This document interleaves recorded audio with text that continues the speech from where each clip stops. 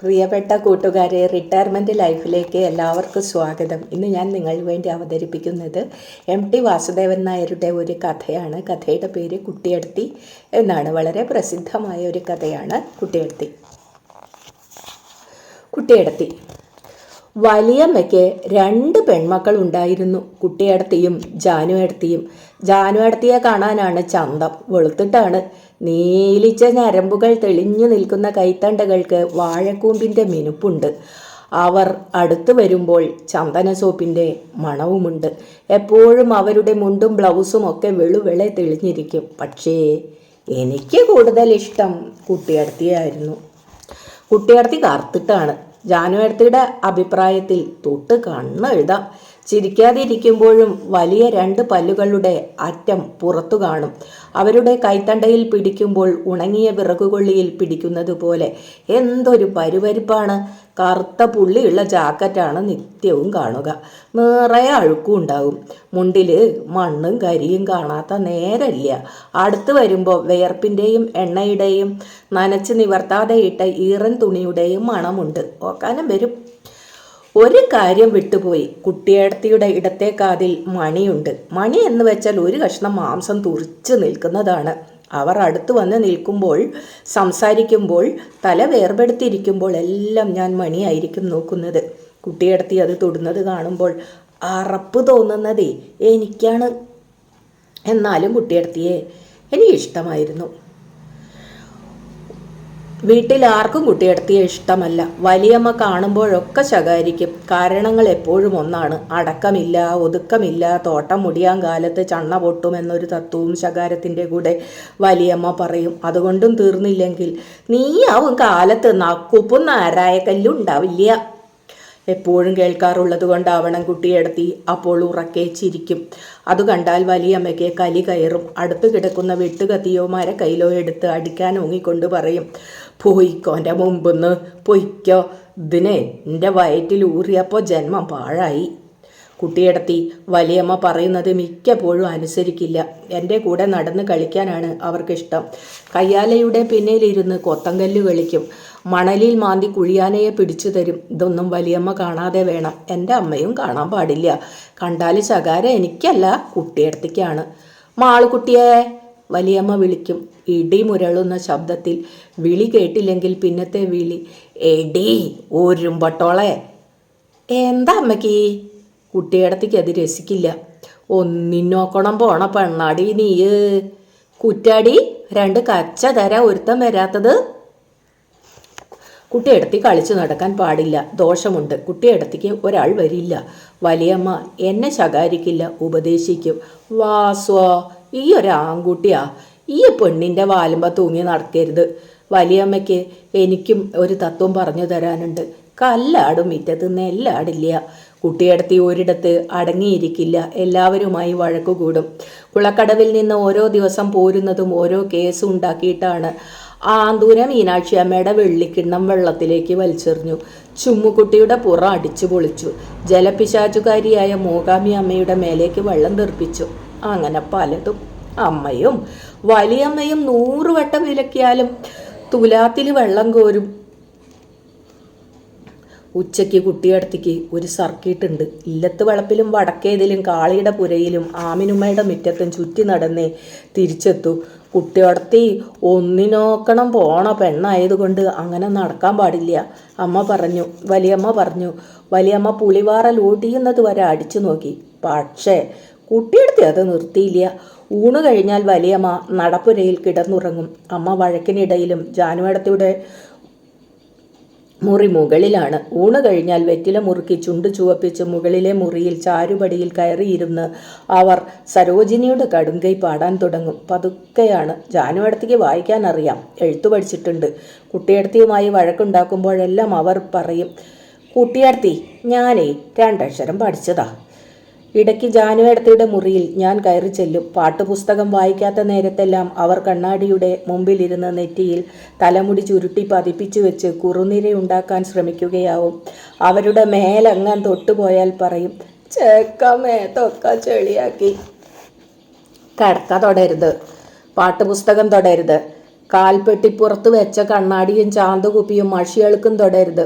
സത്യം പറഞ്ഞാൽ ജാനുവേടത്തിയുടെ മഷിയളക്ക് കാണാനാണ് ഞാൻ അവിടെ ചെല്ലുന്നത്. നല്ല ചന്തമുള്ള മഷിയളുക്കാണ്.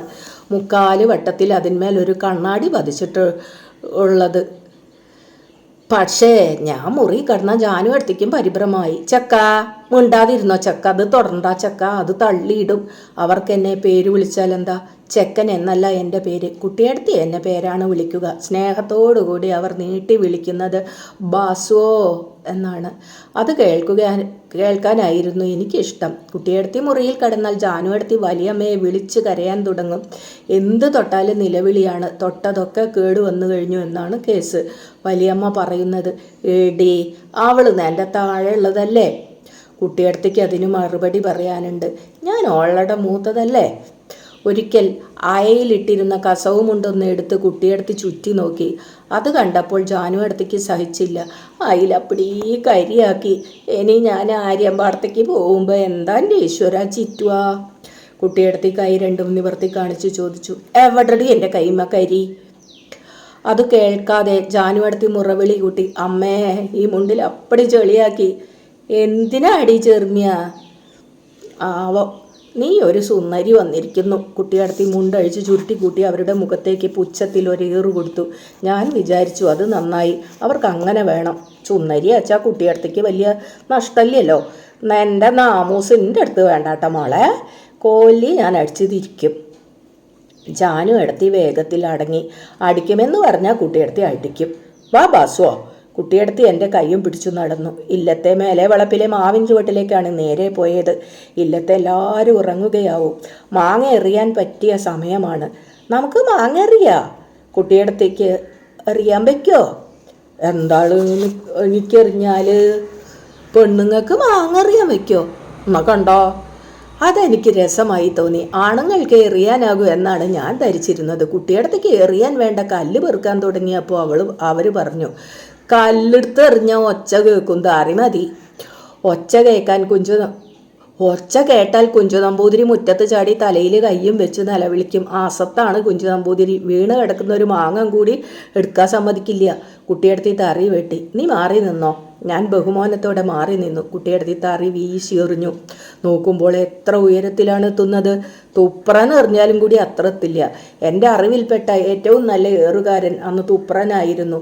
പക്ഷേ മാങ്ങ വീണില്ല. കുട്ടിയടത്തി വീണ്ടും എറിഞ്ഞു. നാലാമത്തെ ഏറിന് താറി മോളിൽ ഒരു ചില്ലയിൽ തങ്ങി. വ്യസനത്തോടെ ഞാൻ കുട്ടിയടത്തിയെ നോക്കി. ഇനി എന്തു ചെയ്യും?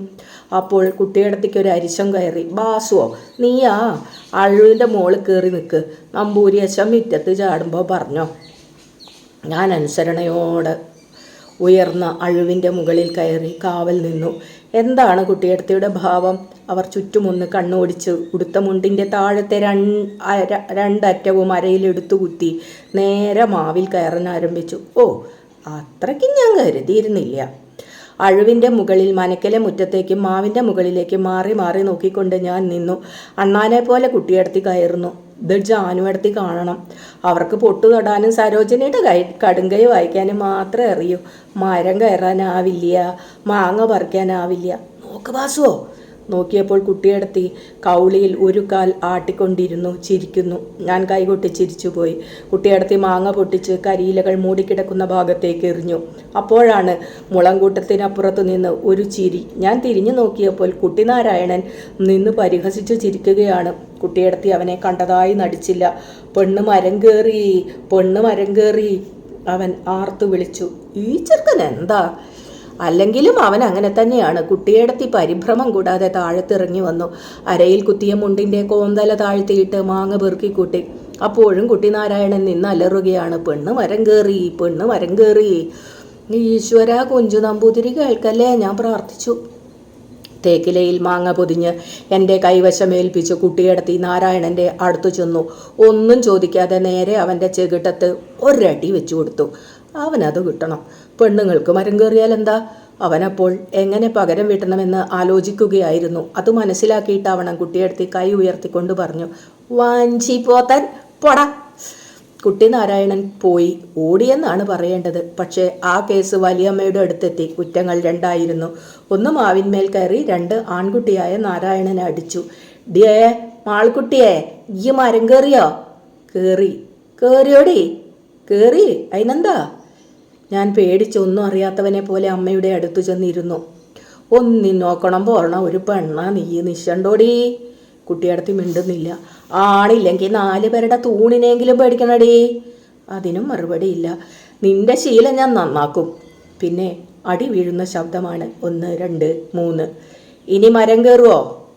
1 2 3. ഇനി ആൺകുട്ടികളുമായി തല്ലൂടുവോ? 1 2 3. ഞാൻ ചെവിടു പൊത്തി മുറ്റത്തിറങ്ങി നിന്നു. എനിക്ക് വയ്യ. കുറെ കഴിഞ്ഞ് അകത്തു കിടന്നപ്പോൾ നടുമുറ്റത്തിൻ്റെ വക്കിൽ തൂണു ചാരിയിരിക്കുന്ന തേങ്ങിക്കൊണ്ട് വലിയമ്മ ആരോടൊന്നില്ലാതെ പറയുകയാണ്, ഈ തറവാട്ടിൽ ഇങ്ങനെ ഒന്ന് പൊട്ടിയിലോ എൻ്റെ ഗുരുവായൂരപ്പ. ഞാൻ സംശയിച്ച് നിൽക്കുന്നത് കണ്ട് വലിയമ്മ വിളിച്ചു. അടുത്ത് ഭയത്തോടെയാണ് ചെന്നത്. പക്ഷേ വലിയമ്മ എന്നെ കെട്ടിപ്പിടിച്ചു ഉറക്കെ കരഞ്ഞു. നീ ഒരാൺകുട്ടിയാ മോനെ, നാളേക്ക് നീയേ ഉള്ളൂ. വലിയമ്മയുടെ പിടിവിടുവിച്ച് ഞാൻ അമ്മയുടെ അടുത്തു ചെന്നു. അപ്പോൾ അമ്മയും കണ്ണു തുടയ്ക്കുന്നത് കണ്ടു. വലിയമ്മ കരഞ്ഞതെന്തിനാണ്? അവർ കരയാത്ത ദിവസമില്ല. അമ്മ പറഞ്ഞു തന്നു. വലിയമ്മയ്ക്ക് ആരുമില്ല. വലിയമ്മയ്ക്ക് ആരുമില്ല. വലിയമ്മയ്ക്ക് പണവും ഇല്ല. എൻ്റെ അമ്മയ്ക്ക് ഒരു ആൺകുട്ടിയുണ്ട്. മാസം തോറും അച്ഛൻ പണവും അയക്കുന്നുണ്ട്. അമ്മയ്ക്ക് വലിയമ്മയുടെ കാര്യം ഓർക്കുമ്പോൾ വിഷമമുണ്ട്. പറയുമ്പോൾ തൊണ്ടയിടറും. ഒരു രാത്രിയിൽ അമ്മ പലതും പറഞ്ഞു. വലിയമ്മ താഴെവളപ്പിൽ കുട്ടൻ നായരുടെ ഭാര്യയായിരുന്നു. കുട്ടൻ നായർ ആ വലിയ തറവാട്ടിലെ കാരണവരായിരുന്നു. കച്ചവടവും ഉണ്ടായിരുന്നു. വലിയമ്മ താഴെവളപ്പിൽ തന്നെ ആയിരുന്നു താമസം. വീട്ടിലേക്ക് വരുന്നതും പോകുന്നതും മഞ്ചലിലായിരുന്നു അത്രേ. അമ്മ അന്ന് കുട്ടിയാണ്. വലിയമ്മയുടെ കൂടെ പോയി അമ്മയും അവിടെ താമസിച്ചിട്ടുണ്ട്. അമ്മയ്ക്ക് കഴുത്തിലിടാൻ ആമാടക്കൂട്ടം ഉണ്ടാക്കി കൊടുത്തത് അവരാണ്. പത്തായപ്പുരയുടെ മുകളിൽ നിന്ന് വലിയമ്മ താഴെ ഇറങ്ങിയില്ല. ആരും വലിയമ്മ പറയുന്നത് തെറ്റി നടക്കില്ല. നാട്ടുകാർക്കൊക്കെ വലിയമ്മയെ ഇഷ്ടമായിരുന്നു. കുളക്കടവിലേക്ക് 3 നാഴി കൊള്ളുന്ന ഓടം നിറച്ചു എണ്ണ എടുപ്പിച്ചാണ് വലിയമ്മ പോവുക. വേണ്ടവർക്കൊക്കെ എണ്ണ ഒഴിച്ചു കൊടുക്കുന്നു. ആണ്ടറുതികൾക്ക് മുണ്ട് വേണ്ടവർക്ക് മുണ്ട്, കാശ് വേണ്ടവർക്ക് കാശ്. എത്ര കൊടുത്ത കയ്യാടാ അവരുടെ എന്നാണ് അമ്മയ്ക്ക് പറയാനുള്ളത്. പക്ഷേ വലിയമ്മയുടെ നല്ല കാലം ഒരു ദിവസം പെട്ടെന്ന് അവസാനിച്ചു. ഒരു രാത്രി കുട്ടൻ നായർ പീടിക പൂട്ടി വന്നപ്പോൾ എക്കിട്ടമുണ്ടായിരുന്നു. ഉണ്ണാനിരുന്നിടത്ത് ഛർദ്ദിച്ചു. പാതിരയ്ക്ക് മരിച്ചു. അന്ന് കുട്ടിയടത്തേക്ക് 3 വയസ്സായിരുന്നു. ജാനുവടത്തേക്ക് വയസ്സ് തികഞ്ഞിട്ടുമില്ല. രാവിലെ തന്നെ മരുമകൻ താക്കോലേറ്റുവാങ്ങി. ശവം ദഹിപ്പിക്കുന്നതിനു മുമ്പായി തന്നെ വലിയമ്മയെ വീട്ടിലേക്ക് അയച്ചു. തുണയ്ക്ക് പണിക്കാരത്തി പാറും ഉണ്ടായിരുന്നു. വലിയമ്മയും കുട്ടികളും മുണ്ടുകെട്ട് ചുമന്ന് പാറുവും വീട്ടിൽ വന്നു കയറിയത് അമ്മ നന്നായി ഓർക്കുന്നു. എത്ര കൊടുത്ത കയ്യാടാ അവരുടെ ഒക്കെ ഒരു യോഗ. കാൽമുട്ടുകളിൽ മുഖമമർത്തിയിരിക്കുന്ന വലിയമ്മയെ ഞാൻ ഒന്ന് നോക്കി. കുട്ടിയടത്തിയുടെ കാര്യം അപ്പോഴാണ് ഓർമ്മ വന്നത്. താഴെ എങ്ങും കണ്ടില്ല. മുകളിൽ ചെന്നപ്പോൾ ഭുവനേശ്വരി പൂജ കഴിക്കാനുള്ള മുറിയിൽ നിന്ന് ഒരു തേങ്ങൽ കേട്ടു. പകലും അതിലിരുട്ടാണ്. ഞാൻ സംശയിച്ചകത്ത് കടന്നു. കുട്ടിയടത്തി വിളി കേട്ടില്ല. കുട്ടിയടത്തി. ഞാൻ കുട്ടിയടത്തിയുടെ അടുത്ത് ചെന്ന് ചുമലിൽ പിടിച്ച് ചോദിച്ചു.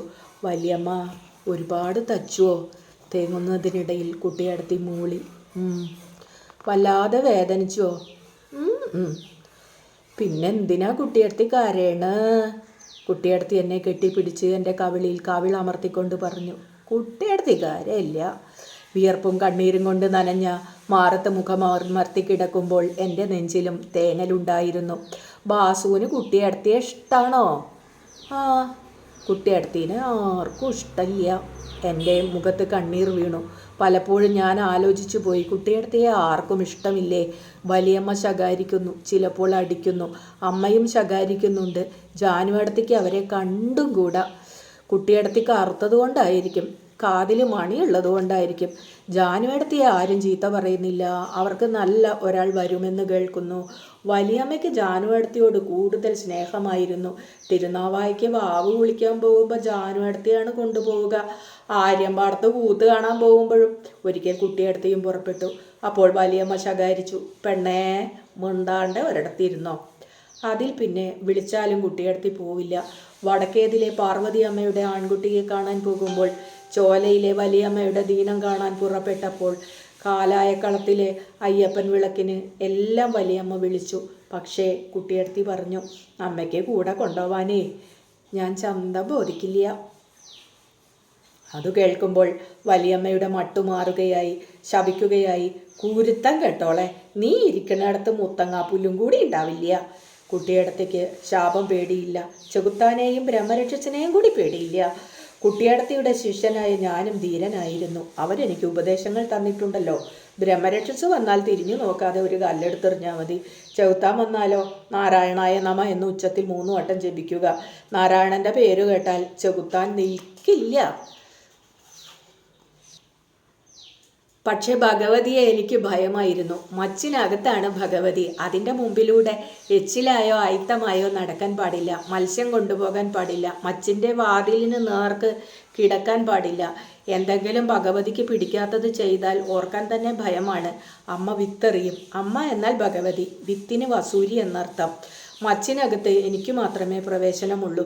ചൊവ്വാഴ്ചയും വെള്ളിയാഴ്ചയും തിരി വെക്കുന്നതും കർപ്പൂരം കത്തിക്കുന്നതും ഞാനാണ്.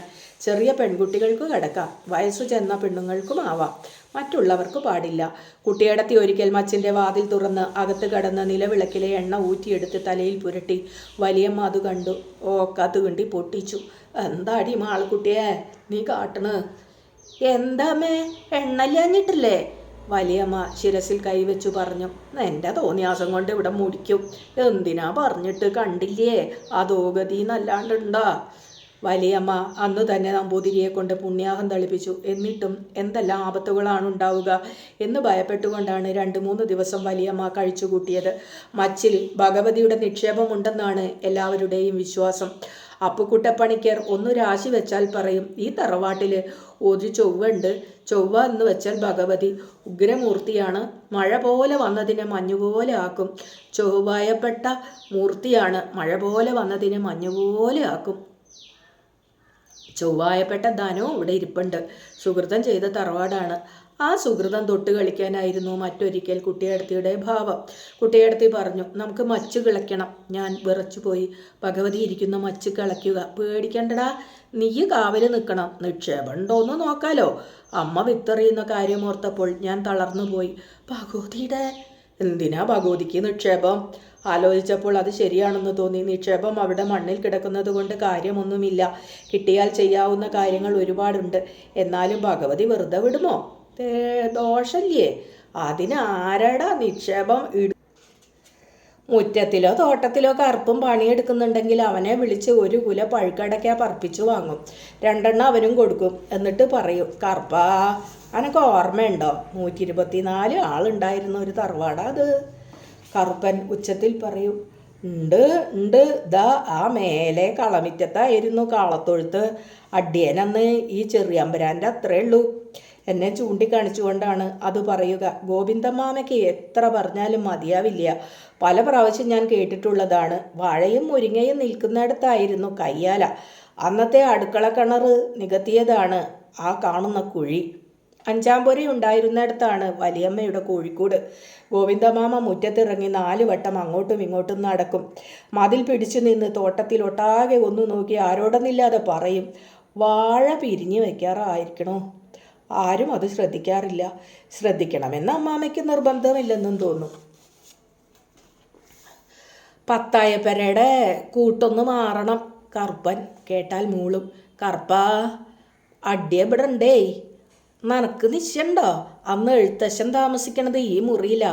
പത്തായപ്പുരയുടെ താഴത്തെ മുറി ചൂണ്ടിക്കാണിച്ചുകൊണ്ട് പറയും, നായർ സമുദായത്തിലെ കുട്ടികൾ മുഴുവൻ എഴുതാൻ വരും ഇവിടെയാ. അപ്പോഴേക്ക് അമ്മയും വലിയമ്മയും കൂടി ഊണുണ്ടാക്കി കഴിഞ്ഞിരിക്കും. വലിയമ്മ പറയുന്നത് കേട്ടിട്ടുണ്ട്, തന്ത ഒരു പിടി തിന്നാലോച്ചിട്ട് വരിക. ഗോവിന്ദമ്മാമയ്ക്ക് വലിയ ബുദ്ധിമുട്ടാണ്. അക്കാര്യം പറയാറില്ല. ഉമ്മറത്തിരിക്കുന്ന സമയം മുഴുവൻ പഴയ കഥകൾ പറയുകയാവും. ഊണ് കഴിഞ്ഞ് താഴത്തെ കോലായിൽ പുല്ലുപായ നിവർത്തിയിട്ട് ഒന്നു കിടന്ന് പോവാൻ ഭാവിക്കുമ്പോൾ അകത്തേക്ക് ഒരു ചോദ്യം എറിയും, വിശേഷിച്ചൊന്നുമില്ലല്ലോ. ആരും മറുപടി പറയാറില്ല. ഞാൻ ഇറങ്ങണു. തെക്കിനിയിലെ ഇരുട്ടിനോടാവും യാത്ര പറയുന്നത്. ചിലപ്പോൾ മുറ്റത്തിറങ്ങിയാൽ ശബ്ദം താഴ്ത്തി വിളിക്കും, ഉണ്ണിമായ ഇവിടെ വന്നാ. അമ്മ മുറ്റത്തേക്ക് ഇറങ്ങിച്ചെല്ലും. രഹസ്യമായി എന്തോ പറയും. കുടുംബകാര്യമെന്നാണ് തോന്നുക. അമ്മ 8 എണ്ണ കൊണ്ടുവന്ന് കൊടുക്കും. അത് അരയിൽ തിരുകി മുളവടി കുത്തി ശബ്ദമുണ്ടാക്കിക്കൊണ്ട് ഇറങ്ങിപ്പോകും. വലിയമ്മ അമ്മയെ ശാസിക്കാറുണ്ട്, ചോദിക്കുമ്പോൾ നീ എന്തിനാ കൊടുക്കണ്? പങ്ങോടയുടെ കള്ളു ഷാപ്പിൽ പൊലിക്കാനുള്ളതല്ലേ. നമ്മുടെ കാരണവരായിപ്പോയില്ലേ. അമ്മയ്ക്ക് അതാണ് സമാധാനിക്കാനുള്ളത്. മച്ചു കിളയ്ക്കാൻ നിശ്ചയിച്ച ദിവസം നേരത്തെയാണ് ഗോവിന്ദമാമ വന്നത്. ഒതുക്കുകല്ലിൽ ചവിട്ടി ശബ്ദമുണ്ടാക്കിക്കൊണ്ട് കയറിയപ്പോൾ അമ്മ പതിവ് പോലെ വിളിച്ചു പറഞ്ഞു, മാളുകുട്ടിയെ, ഒരു കിണ്ടി വെള്ളം കൊണ്ടെന്നാ. മച്ചു കിളയ്ക്കേണ്ട വിധം ആലോചിച്ചു നടക്കുന്ന കുട്ടിയെടുത്ത് ശപിച്ചുകൊണ്ട് വെള്ളം കൊണ്ടുവന്ന് വെച്ചു. കാലു കഴുകി പടിയിൽ കയറിയിരുന്ന് തോർത്തുമുണ്ട് ചുഴറ്റിക്കൊണ്ട് ഗോവിന്ദമാമ പറഞ്ഞു, രാവിലെ തന്നെ ചൂടുന്നു. അമ്മ വാതിലിനപ്പുറത്തു നിന്ന് പതിവ് പോലെ ഉറക്കെ ചോദിച്ചു, അക്കരെ തന്നെയല്ലേ? അതെ അതെ, എന്ത് ചൂടാ. കുട്ടികൾക്ക് വിശേഷിച്ചൊന്നുമില്ലല്ലോ? ഒന്നുമില്ല. അമ്മ തൻ്റെ ചുമതല തീർത്ത് അടുക്കളയിലേക്ക് മുറ്റത്ത് ഇറങ്ങി നടന്ന് വീണ്ടും ചാരുപടിയിൽ കയറിയിരുന്ന് ഗോവിന്ദമാമ അകത്തേക്ക് വിളിച്ചു, നാരായണി ഉണ്ടോ അവിടെ? കാണട്ടെ. വലിയമ്മ ഉന്നമ്മറ വാതിൽക്കൽ വന്നു. പൊരുമണ്ണൂരിന്ന് കുട്ടുണ്ണിയാർ ഇന്നലെ വന്നിരുന്നു. മറ്റേ കാര്യം ആലോചിക്കാനാ.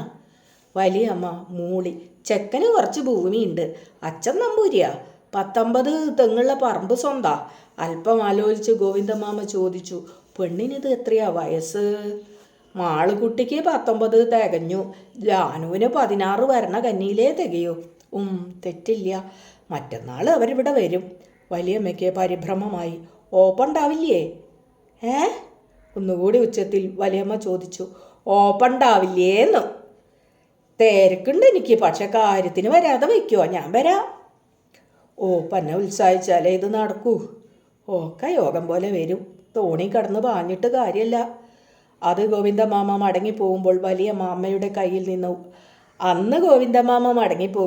വലിയമ്മ അമ്മയുടെ കയ്യിൽ നിന്ന് ഒരു ഉറുപ്പിക വാങ്ങിക്കൊടുത്തു. അമ്മയോട് പറയുകയും ചെയ്തു, തന്ത സ്നേഹമുള്ളോനാ. ആരൊക്കെയോ വരാൻ പോകുന്നു. നല്ല നേരം നോക്കി അമ്മയോട് ചോദിച്ചപ്പോൾ പറഞ്ഞു, എടാ, നിന്റെ കുട്ടിയടുത്തേക്ക് സംബന്ധം ആലോചിക്കാൻ ആൾ വരിക. ഞാൻ കുട്ടിയടുത്തേക്ക് കണ്ടുപിടിച്ചു പറഞ്ഞു. കുട്ടിയടുത്തേക്ക് ആൾ വരണുണ്ട്. കുട്ടിയടുത്ത് ചിരിച്ചുകൊണ്ട് പറഞ്ഞു, പോടാ. അല്ല കുട്ടിയടുത്തിയെ, സത്യ, അമ്മ പറഞ്ഞു. കുട്ടിയടത്തിയുടെ ആൾ വരുന്ന ദിവസം എനിക്ക് സന്തോഷമായിരുന്നു. രാവിലെ തന്നെ വലിയമ്മ കുട്ടിയടത്തിയെ ഉപദേശിച്ചു, എടി, അടക്കോ ഒതുക്കോ ആയി നിന്നോ, നിൻ്റെ തീർച്ചിത്തര അവർ കാണണ്ട. കുട്ടിയടത്തി രാവിലെ കുളിച്ചു. കരയുള്ള അലക്കിയ മുണ്ടാണ് ചുറ്റിയത്. ചുവപ്പും നീലയും പുള്ളികളുള്ള ബ്ലൗസ് ഇട്ടു. ചുവന്ന സിന്ദൂരം കൊണ്ട് വലിയൊരു പൊട്ടും തൊട്ടു. ഞാൻ കുട്ടിയടത്തിയെ കളിയാക്കി. കുട്ടിയടത്തിയുടെ പവറ്! ജാനു അടുത്തി പാഠം ചൊല്ലുന്ന മാതിരി നീട്ടി പറഞ്ഞു. കാക്ക വിളിച്ചാൽ കൊക്കാകുക. കുട്ടിയടത്തി അന്ന് ശകാരിക്കാനോ തല്ലാനോ നിന്നില്ല. വലിയമ്മ പതിവില്ലാത്തവണ്ണം ജാനു അടുത്തിയെ ചീത്ത പറഞ്ഞു. എന്തടി പറഞ്ഞ്?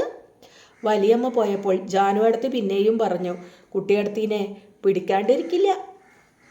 നിനക്ക് ഇഷ്ടമുള്ളതൊക്കെ പറഞ്ഞോ, കാതിലെ മണിയും കൂടി പോണം.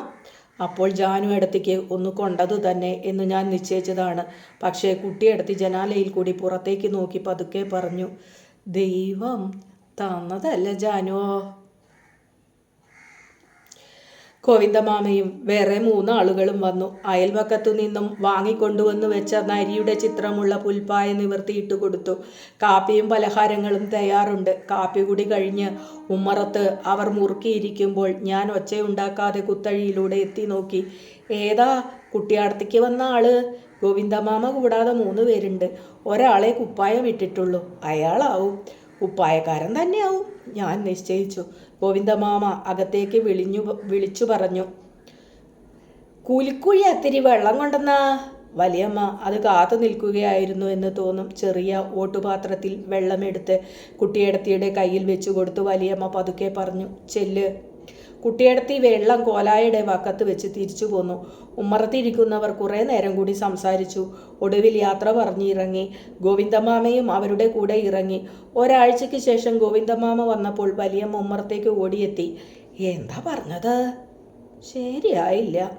താഴുള്ളതിനെ അയാൾ കണ്ടിട്ടുണ്ട് ഇത്രേ. അതാച്ചാ സമ്മതാണ്. വലിയമ്മ കുറേ നേരം ഒന്നും പറഞ്ഞില്ല. എന്താ നാരായണിയെ, മൂത്തതിരിക്കുമ്പോൾ താഴുള്ളതിനെ അയക്കുന്നത് ഒരു വകല്ലേ? അതൊക്കെ ശരിയാ. തറവാട്ടിൽ പണ്ടുണ്ടായിട്ടില്ല. എന്നാലും വലിയമ്മ മുണ്ടിൻ്റെ തുമ്പ് കൊണ്ട് കണ്ണു തുടച്ചു. ഗോവിന്ദമാമ പറഞ്ഞു, അതൊന്നും അത്ര നോക്കാനില്ല. കഴിഞ്ഞത് കഴിഞ്ഞു എന്നുണ്ടല്ലോ. വലിയമ്മ ആലോചിച്ചു. അത് വേണ്ട ഒപ്പേ, യോഗ ഉണ്ടെങ്കിൽ ഇനിയും വരും. കുട്ടിയടത്തിയെ കുപ്പായക്കാരന് പിടിച്ചില്ലെന്ന് എനിക്ക് മനസ്സിലായി. മുകളിൽ ചെന്നപ്പോൾ ഇരുട്ടു നിറഞ്ഞ മുറിക്കകത്ത് കുട്ടിയടത്തി അനങ്ങാതിരിക്കുന്നു. കുട്ടിയടത്തി, ഞാൻ സംശയത്തോടെ വിളിച്ചു. എന്താ വാസോ? അയാൾ ഇനി വരില്ലേ? വരില്ല, ആരും വരില്ല.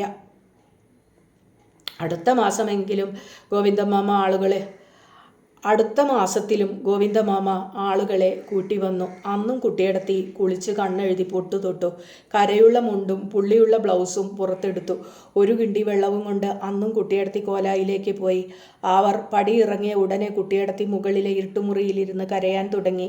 10-12 ദിവസം കഴിഞ്ഞപ്പോൾ വീണ്ടും ഗോവിന്ദമാമ വരുന്നു. കൂടെ ആളുകളുണ്ട്. അന്ന് കുട്ടിയടത്തിയുടെ ഭാവം പകർന്നു. ഞാൻ ഉമ്മർത്ത് പോവില്ല. എന്ത്? എന്നെ ആരും കാണണ്ടാന്ന്. വലിയമ്മ പല്ലിറുമി. എന്നെ കൊന്നാലും ഞാൻ പോവില്ല. മാളുകുട്ടിയെ, എൻ്റെ മോളല്ലേ, ഭഗവതിക്ക് ഞാൻ കൂട്ടുപായസം നേർന്നിട്ടുണ്ട്. ഞാൻ പോവില്ല. ഇത് ശരിയാവുന്നു. കുട്ടിയടത്തിയുടെ ശബ്ദമുയർന്നു. അമ്മ മിണ്ടാണ്ട പോണുണ്ടാ? വലിയമ്മ ഭീഷണിപ്പെടുത്തി. ഇങ്ങനെ മൂത്ത് നരക്കേണ്ടി വരും കുരുത്തം കേട്ടോളേ. നരച്ചോട്ടെ. അമ്മയും വലിയമ്മയും മാറി മാറി പറഞ്ഞു നോക്കി. കുട്ടിയടത്തി സമ്മതിച്ചില്ല. വലിയമ്മ കുട്ടിയടത്തിയുടെ മുടി പിടിച്ചു വലിച്ച് തലക്കടിച്ചു. അമ്മ അപ്പോൾ ഇടപെട്ടു. അന്യന്മാരുടെ അടുത്ത് ഉമ്മർത്ത്. ഗോവിന്ദമാമ വെള്ളം കൊണ്ടുവരുന്നത് കാണാതെ വീണ്ടും വിളിച്ചു. വലിയമ്മ ഉമ്മറവാതിൽക്കൽ ചെന്ന് ഇടറുന്ന സ്വരത്തിൽ പറഞ്ഞു.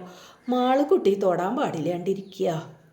അവർ പടിയിറങ്ങിയ ഉടനെ വലിയമ്മ കുട്ടിയടത്തിയെ പിടിച്ചടിച്ചു. കുറേ അടി കൊണ്ടപ്പോൾ കുട്ടിയടത്തി വലിയമ്മയുടെ കൈ തട്ടി മാറ്റിക്കൊണ്ട് പറഞ്ഞു. എന്നെ തൊടരുത്. എൻ്റെ കുറുമ്പ് ഞാൻ മാറ്റും. ഞാനൊരു കഷ്ണം കയറാ ചെലവാക്കും. എന്നാ തങ്ങട്ട് തീരട്ടടി. വലിയമ്മ തലമുടി ചുറ്റിപ്പിടിച്ച് നിലത്തിട്ട് ഇഴച്ച് വീണ്ടും കുട്ടിയടത്തിയെ അടിച്ചു. അമ്മ വീണ്ടും വന്ന് വലിയമ്മയുടെ കൈ പിടിച്ചു. ഏടത്തി അതിനെ കൊല്ലണ്ട. ഞാൻ ചാവും. അവളങ്ങ് ചാവട്ടെ. വലിയമ്മയുടെ പിടിയിൽ നിന്ന് അമ്മ കുട്ടിയടത്തിയെ വേർപെടുത്തി. കുട്ടിയടത്തി കോലായിൽ പടിഞ്ഞാറേ അറ്റത്ത് തൂണും ചാരിയിരുന്ന് തേങ്ങിക്കരഞ്ഞു. എനിക്ക് സങ്കടം തോന്നി. എത്ര അടിയാണ് കുട്ടിയടത്തി കൊണ്ടത്? ഞാൻ അടുത്ത് ചെന്ന് വിളിച്ചു. കുട്ടിയടത്തി, പോയിക്കോടുന്ന്. കുട്ടിയടത്തിക്ക് ദേഷ്യമായിരുന്നു. കുട്ടിയടത്തി, പോവാനാ പറഞ്ഞത്. എനിക്ക് സഹിച്ചില്ല. ഞാൻ കുട്ടിയടത്തിയുടെ അടുത്ത് ചെന്നിരുന്ന് കരയാൻ തുടങ്ങി. അപ്പോൾ കുട്ടിയടത്തി എന്നെ മടിയിൽ കിടത്തി പുറം തടവിക്കൊണ്ട് പറഞ്ഞു. കുട്ടിയടത്തി തൂങ്ങിച്ചാവും. കുട്ടിയടത്തി ചാവരുത്. കുട്ടിയടത്തി ചത്തുപോയാൽ. ഞാൻ പറഞ്ഞു. വേണ്ട, ഒരു ദിവസം വിട്ടത്തുമ്പോൾ തൂങ്ങും. അപ്പോഴേ എല്ലാവർക്കും പടിയുള്ളൂ. ഞാൻ മിണ്ടാതെ ഭയന്ന് കുട്ടിയടത്തിയുടെ മടിയിൽ തല വെച്ചു കിടന്നു. ബാസ് പൊയ്ക്കോ. ഞാൻ പോയില്ല. ഞാൻ പോയാൽ കുട്ടിയടത്തി തൂങ്ങി മരിച്ചാലോ? വലിയമ്മ കുട്ടിയടത്തിയോട് കുറേ ദിവസത്തേക്ക് മിണ്ടിയില്ല. പകൽ മുഴുവൻ കുട്ടിയടത്തി അയൽവക്കത്ത് ചുറ്റി നടക്കും.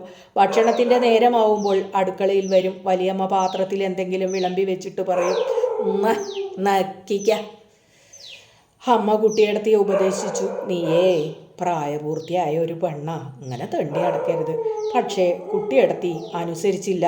ജാനുവടത്തിയുടെ വകയായി അവർക്കൊരു ഓമന പേര് കിട്ടി. തേണ്ടി മൈസ്രേട്ട്. മഴ കോരിച്ചൊരിയുന്ന ഒരു ദിവസം അന്ന് കുട്ടിയടത്തി പുറത്തെങ്ങും പോയില്ല. ഉച്ചയ്ക്ക് എന്നെ വിളിച്ചു പറഞ്ഞു. ഈയാ കണ്ണാടി എടുത്തോണ്ടാ? കണ്ണാടി എടുത്തു പോരുമ്പോൾ ജാനുവച്ചി ചോദിച്ചു. ആർക്കാച്ചക്ക കണ്ണാടി? കുട്ടിയടത്തിക്ക്. ഓ, നല്ലോണം ചന്തം നോക്കാൻ പറ. ഉള്ളിൽ ജാനുവടത്തിയെ ശകാരിച്ചാണ് ഞാൻ കണ്ണാടിയും കൊണ്ട് പോകുന്നത്. കുട്ടിയടത്തി കണ്ണാടിയിൽ മുഖം നോക്കി. പൊട്ടിയ ചീർപ്പ് കൊണ്ട് തലയൊന്ന് ചീകി. മുഖം മുണ്ടിത്തുമ്പ് കൊണ്ട് തുടച്ചു. മുഖം ചെരിച്ചു പിടിച്ച് കാതിലെ മണി പരിശോധിച്ചുകൊണ്ട് അവർ ചോദിച്ചു. കാതിലെ മണി പോയി ആ കുട്ടിയടത്തിനെ കാണാൻ ചന്തണ്ടാവോ ബാസോ? പോവും. ഞാൻ സൂത്രം കാണിച്ചു തരാം. ഈ പോയി ആ കറിക്കത്തി എടുത്തുകൊണ്ട് വാ. ഞാൻ കറിക്കത്തി കൊണ്ടുവന്നു. കുട്ടിയടത്തി ഓവുതുണ്ടിൽ ഉരച്ച് കത്തി മൂർച്ച കൂട്ടി. മൂലയിൽ വെച്ചിരുന്ന കൊളാമ്പി എടുത്ത് കട്ടിലിനു താഴെ വെച്ച് വാതിലടച്ചു. ആരോട് മിണ്ടല്ലേ? എന്ത്? എനിക്കൊന്നും മനസ്സിലായില്ല. കട്ടിലിൽ ചരിഞ്ഞു കിടന്ന് കുട്ടിയടത്തി പറഞ്ഞു. കൊളാമ്പി ഇത്തിരിയും കൂടി നീക്കി വെക്ക്. ഞാൻ അനുസരിച്ചു. അമ്പരപ്പോടെ ഞാൻ നോക്കി നിൽക്കുമ്പോൾ കുട്ടിയെടുത്തി കാറിക്കത്തി ചെവിയിലേക്ക് കൊണ്ടുപോകുന്നു. എൻ്റെ ശരീരം വിറച്ചു. ഞാൻ കണ്ണുപൊത്തി. അമ്മേ! കുട്ടിയെടുത്തിയുടെ ശബ്ദം കേട്ട് കണ്ണു തുറന്നപ്പോൾ ചെവിയിൽ നിന്ന് ചോര ഇറ്റു വീഴുന്നു. ചോര കണ്ട് അമ്പരന്ന് ഞാൻ വിളിച്ചു, അയ്യോ അമ്മേ, ഓടിവരേ! തലയണയിൽ പിടയുന്ന തല അമർത്തി വെച്ച് കിടക്കുന്നതിനിടയിൽ കുട്ടിയെടുത്തി അരിശത്തോടെ എന്നെ നോക്കി. അമ്മയും വലിയമ്മയും ജാനു എടുത്തിയും ഓടി വന്നു. കുട്ടിയെടുത്തി തല പൊക്കാതെ കിടക്കുകയാണ്. നിലത്തും കോളാമ്പിയിലും കട്ടിലിലും ചോരയാണ്, ചോര. വലിയമ്മ ആവർത്തിച്ചു പറഞ്ഞു, കുരുത്തം കെട്ടോളേ, കുരുത്തം കെട്ടോളേ. അമ്മ പ്രാർത്ഥിക്കുകയാണ്, ഗുരുവായൂരപ്പ. അമ്മ തുണി നനച്ച് ചെവിയിൽ അമർത്തി വെച്ചു. വലിയമ്മ മണ്ണാൻ നാണുവിൻ്റെ അടുക്കലേക്ക് കറുപ്പനെ ഓടിച്ചു മുറിമരുന്നിന്. 7-8 ദിവസം വേണ്ടി വന്നു മുറി ഉണങ്ങാൻ. മരുന്നടർത്തി കഴുകുമ്പോഴാണ് ഞാൻ കണ്ടത്, മണി പോയിട്ടില്ല, അറ്റു തൂങ്ങി നിൽക്കുകയാണ്.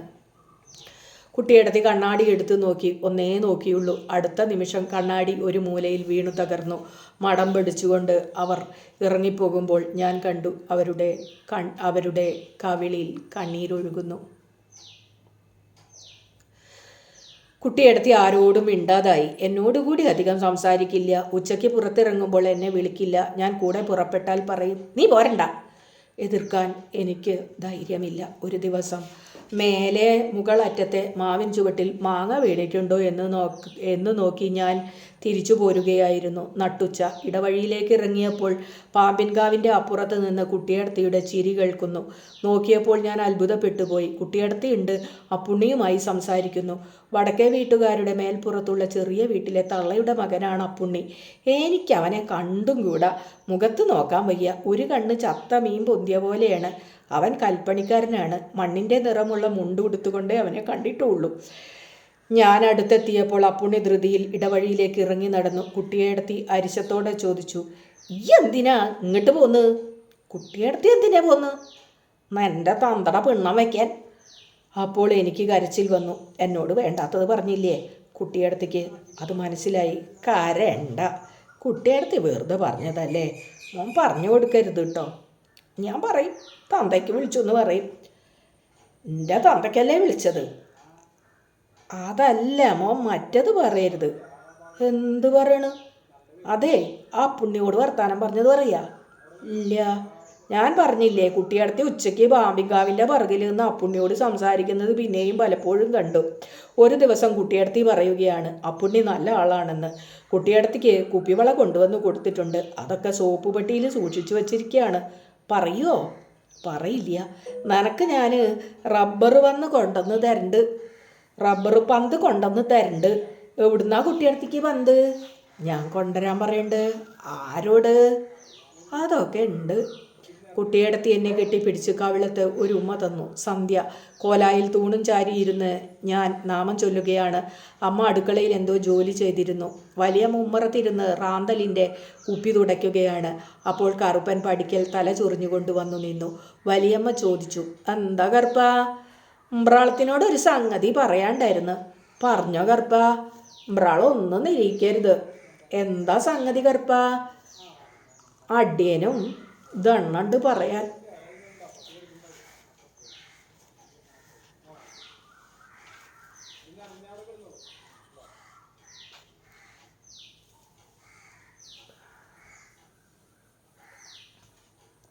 അടിയനും ദണ്ണണ്ട് പറയാൻ. അടിയൻ അകായിലെ മേപ്പുറത്തുനിന്ന് ഒരു സംഗതി കണ്ട്. ഉമ്പ്രാളൊന്ന് മനസ്സിരുത്തിയാൽ മതി. എന്താ കറുപ്പാ? എന്താ? അല്ല, ഇവിടെ വലിയ എമ്പ്രാളത്തിക്കുട്ടി ആ അപ്പുണ്ണി ചേനാരും പന്തിയല്ലാണ്ട് തൗതാരിച്ച് നിൽക്കണുണ്ട്. ചതിച്ചോ? വലിയമ്മ തേള് കുത്തിയതുപോലെ ചാടി എഴുന്നേറ്റു. എൻ്റെ ഗുരുവായൂരപ്പാ, ഈ കുരുത്തം കെട്ടോൾ എന്തൊക്കെയാ വരുത്തുക? വലിയമ്മ അകത്ത് കിടന്ന് ഇടി വെട്ടും പോലെ വിളിച്ചു, മാളുക്കുട്ടിയേ. കുട്ടിയെടുത്തി വന്നു. കരച്ചിലടക്കിക്കൊണ്ട് വലിയമ്മ ചോദിച്ചു, എന്നെ തെക്കേ കണ്ടത്തിലേക്ക് വെക്കണവരേക്കെങ്കിലും. വലിയമ്മയ്ക്ക് മുഴുമിക്കാൻ കഴിഞ്ഞില്ല. എന്താമ്മേ? എടി, നീ തറവാടിൻ്റെ മാനം കളഞ്ഞില്ലേടി? എന്താമ്മ പറയണ്? അപ്പുണ്ണിയോട് വർത്താനം പറയാൻ നിനക്കെന്താടി കാര്യം? കുട്ടിയെടുത്തി മിണ്ടിയില്ല. വലിയമ്മ 2 ചെകിടത്തും മാറി മാറി ഈരണ്ടടിച്ച് അലറി. പറയടേ. കുട്ടിയെടുത്തി മിണ്ടിയില്ല. നീ ഇനി കേൾക്കാത്തതൊക്കെ കേൾപ്പിക്കും. ഇനി വീട്ടിൽ നിന്ന് മുറ്റത്ത് കാലെടുത്ത് വെച്ചാൽ എൻ്റെ ശവ അവിടെ. കുട്ടിയെടുത്തി കരയാതെ കവിള് തടവിക്കൊണ്ട് മുകളിലേക്ക് കയറിപ്പോയി. വലിയമ്മ പറയുകയായിരുന്നു, ആണില്ലെങ്കിൽ തറവാടിൻ്റെ തൂണിനെങ്കിലും പേടിക്കണടീ. അതിൽ പിന്നെ കുട്ടിയടത്തേക്ക് വീട് വിട്ട് പുറത്തു പോകാൻ അനുവാദമില്ല. കുട്ടിയടത്തി ആരോടും മിണ്ടാതെ മുകളിൽ എവിടെയെങ്കിലും കിടക്കും. എന്ത് ചോദിച്ചാലും മിണ്ടില്ല. കൊത്തങ്കല്ല ആടാനും 15 നായും പുലിയും കളിക്കാനും ഒന്നും വരില്ല. ഒരിക്കൽ അന്തി മയങ്ങിയ നേരത്ത് വേലിക്കടുത്ത് നിന്ന് കുട്ടിയടത്തി ആരോടോ സംസാരിക്കുന്നത് കണ്ടു അത്രേ. കണ്ടത് ജാനുവേടത്തിയാണ്. ജാനുവേടത്തി കൊള്ളിവാക്ക് പറഞ്ഞു, ഞാൻ കണ്ടുട്ടോ കുട്ടിയടത്തി. കണ്ടയ്ക്ക് നന്നായി. നാണം വേണം കുട്ടിയടത്തി. കിഴി കുറഞ്ഞവരോട് നീ എന്നെ നന്നാക്കണ്ട. പറഞ്ഞു ജാനുവേടത്തി കാതിലെ മണി മുറിച്ച കഥ പറഞ്ഞു. കരിമ്പൂരാടമെന്ന് വിളിച്ചു. ജാനുവേടത്തിക്ക് ഒരടി കൊള്ളേണ്ട സമയമായപ്പോഴേക്കും വലിയമ്മ ഓടിയെത്തി. നിറഞ്ഞ സന്ധ്യയ്ക്ക് എന്താടി കാട്ടണ്? ജാനുവേടത്തി കരഞ്ഞുകൊണ്ട് കാര്യം പറഞ്ഞു. വേലിയരികിൽ നിന്ന് കുട്ടിയെടുത്തി ഒരാണിനോട് സ്വകാര്യം പറയുന്നത് കണ്ടതിനാണ് ഇതൊക്കെ എന്ന്. അത് തൻ്റെ കുറ്റമാണോ?